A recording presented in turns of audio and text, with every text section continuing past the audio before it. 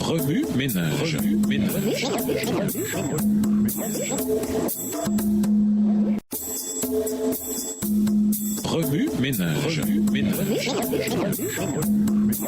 Bienvenue dans votre émission Remue ménage. Nous voilà la leçon de dimanche. Intérioriser, faire confiance, pas question. Un chrétien convaincu ne voyait aucun risque à associer fréquemment sa famille à une famille non croyante. Il a fini par voyager et faire des affaires avec eux. Plus tard, son fils a épousé une fille de cette famille. Cette situation se reflète dans l'histoire du bon Josaphat, roi de Juda, qui a mêlé sa famille à celle d'Akab, roi d'Israël. L'apostasie et l'idolâtrie omniprésente que cette association a apportée à Juda ont contrôlé la plupart des rois de Juda suivants, pour aboutir des siècles plus tard à leur destruction par les Babyloniens. L'un des plus méchants descendants de Josaphat fut le roi Akaz. N'étant pas indifférent au monde spirituel, ce roi religieux investit des tas de ressources en offrant des sacrifices et en brûlant de l'encens sur les hauts lieux, les collines et sous tout arbre vert. 2 Chroniques 28 verset 4. Sa volonté de plaire à ses dieux était si grande qu'il en vint à sacrifier ses propres fils au verset 3. Pendant la protection spéciale de Dieu, Akaz fut attaqué par Retsin, roi de Syrie, et Pika, roi d'Israël. Épouvanté à l'idée de recevoir les justes jugements d'un Dieu offensé, Akaz et son peuple furent remplis de crainte. À ce moment-là, le prophète Ésaïe lui lança un appel pour qu'il craigne plutôt le Seigneur. Ésaïe 8, versets 12 et 13. Qu'il se repose et se taise, car l'alliance des méchants ne tiendrait pas. Ésaïe 7, versets 5 à 7. Mais si vous ne croyez pas, vous ne subsisterez pas, dit Ésaïe, verset 9. Essayant d'aider le roi Akwar, Dieu l'invita à demander un signe, à son choix, au verset 10 et 11. Voilà l'une des plus grandes invitations à la fois jamais adressées à un être humain. Dieu n'avait placé aucune restriction en petit caractère. Il était prêt et disposé à vider le ciel et la terre tout entier pour un roi méchant si seulement celui-ci voulait bien croire. Texte tiré de Adult Bible Study Guide, la version étudiant, écrit par Roy E. Gann,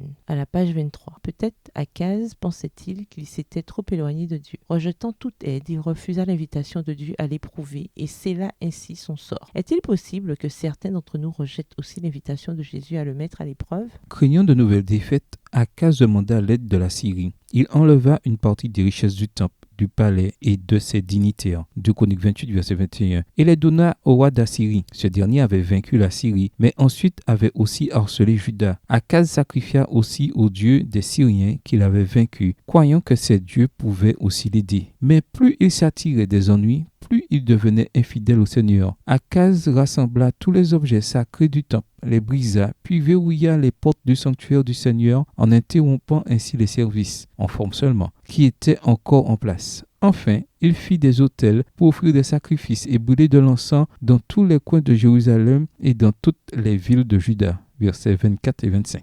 Ce donateur névrosé obsessionnel était détesté de ses sujets. Il mourut à l'âge de 36 ans. On ne lui accorda même pas de place dans les tombes des rois. On ne trouve aucune trace d'une seule bonne action dans sa courte vie. Cette triste histoire nous révèle les terribles conséquences d'un jour inégal, ainsi que du refus d'éprouver le Seigneur lorsqu'il nous invite à le faire. Ménage, revenez à votre texte écrit et étudiez le passage. Encerclez les mots ou expressions ou idées répétées. Soulignez les mots ou expressions qui sont importants et qui signifient quelque chose pour vous. Reliez par une flèche les mots ou expressions aux autres mots, expressions associés ou connexes. Quels éclairages particuliers vos notes semblent-elles indiquer dans l'ensemble? Mémorisez votre verset préféré tiré de 2 Chroniques 28 et versets 16 à 27. Écrivez-le plusieurs fois pour vous le rappeler plus facilement. Si tous ont péché et sont privés de la présence glorieuse de Dieu, Romains 3, le verset 23, quel type de pécheur peut bénéficier de la protection spéciale de Dieu? S'il est trop risqué d'exposer notre vie aux influences du monde, est-ce à dire qu'il faut laisser le monde périr sans nous mêler à lui? Comment trouver l'équilibre? Au revoir. Et à demain si Dieu veut.